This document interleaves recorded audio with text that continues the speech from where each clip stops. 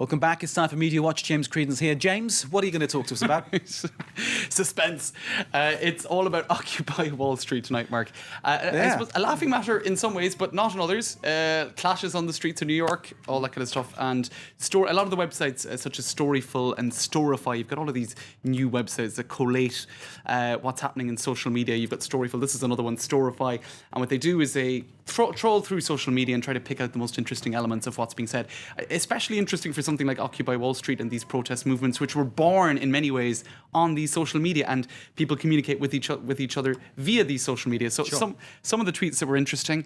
If only they enforced bank regulations like they do park rules, we wouldn't be in this mess. Because of course they were thrown out of Zuccotti Park earlier this week because they weren't complying supposedly with the park rules, which is private property. And they're saying here, well, actually, we wouldn't be demonstrating if they were enforcing banking regulations. Okay, so that's Estelle with that one. This is the next one from... this is something that I've been seeing more and more of people suspecting, and this is purely, I suppose we're just surmising for now, we don't know, that Twitter is in some way suppressing trending topics. Now, they're saying Occupy Wall Street, which is organised with these sort of signs here. You've got a That's the hashtag thing, yeah. That's how people search for the messages related to Occupy Wall Street. That they're in some way suppressing the trends, which are, I suppose, the most talked about topics on Twitter. That Twitter is in some way complying with those who want to minimise talk about this. Is that Twitter playing Big Brother, to be Orwellian about it? And do you remember when, oh my God, I'm going to embarrass myself now, the famous incident in the state of Georgia where there was a gentleman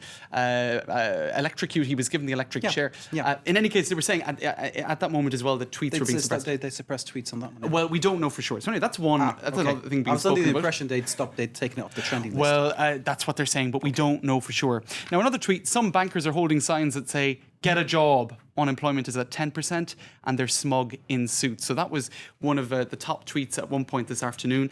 And it's also been trending under N17, that's for November 17, because of course this is 2 months after the movement started. Sure. And so it was a chance for people to get out and demonstrate in that way. Lots of photos going up as well. I thought this one was pretty interesting. This was at a moment when they thought they had taken over Wall Street, but actually that didn't in the end happen.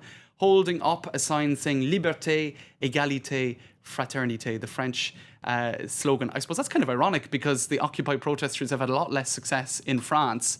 So I'm not sure if that protester there realised the way in which they've been clamped down on. The event that was held in the the central financial district, La Défense, just in the west of Paris. There were about 30 people there, weren't they? That's right, but at lunchtime they dispersed. That's right, and the riot police have been very, very strict with those protesters. And on the 4th of November, when there was a previous protest, they pulled the tents off them, said you don't have the right to put your tents down here.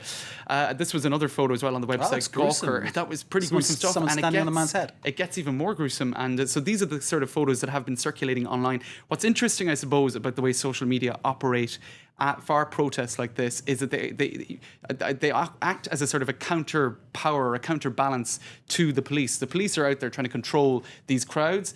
If anything goes awry, there's a photo being taken and it's up on social media in no time at all. So it's a way of, I suppose, checks and balances for the police, and it's a means of controlling the level at which they can, I suppose, clamp down. Now, what we're seeing a lot of too is a difference in the treatment of the protests on social media and on traditional media. And a lot of the traditional media, the Occupy movement, is heavily criticised in the US. Here on this... Why is it criticised? I suppose a lot of people saying that they don't have any precise demands, they don't really know what they're looking for, they're just ruffians and they're out there creating trouble. It's part of a general malaise, isn't it, which isn't particularly well focused, except to say these people have messed up the system, we're all the victims. Exactly, and people are saying, look, you've got to be a bit more focused about it. And that's this article here on the Huffington Post, saying, look, it's been in existence now for over 2 months. How could they help solve the identity crisis that Occupy Wall Street have? In many ways, this article is saying what they need to do is adopt almost business-like practices. They're comparing them to a startup company, and they're saying, look, you need a face, you need an image, you need a spokesman, you need someone who could act as a CEO. I think that's pretty ironic, because if they were to do that, they'd become exactly what they're protesting against.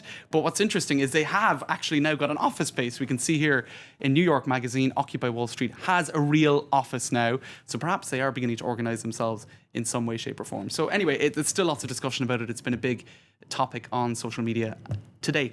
Okay, organisation and focus, something we all need. James, thank you very much Thanks, indeed. James Creedon with Media Watch.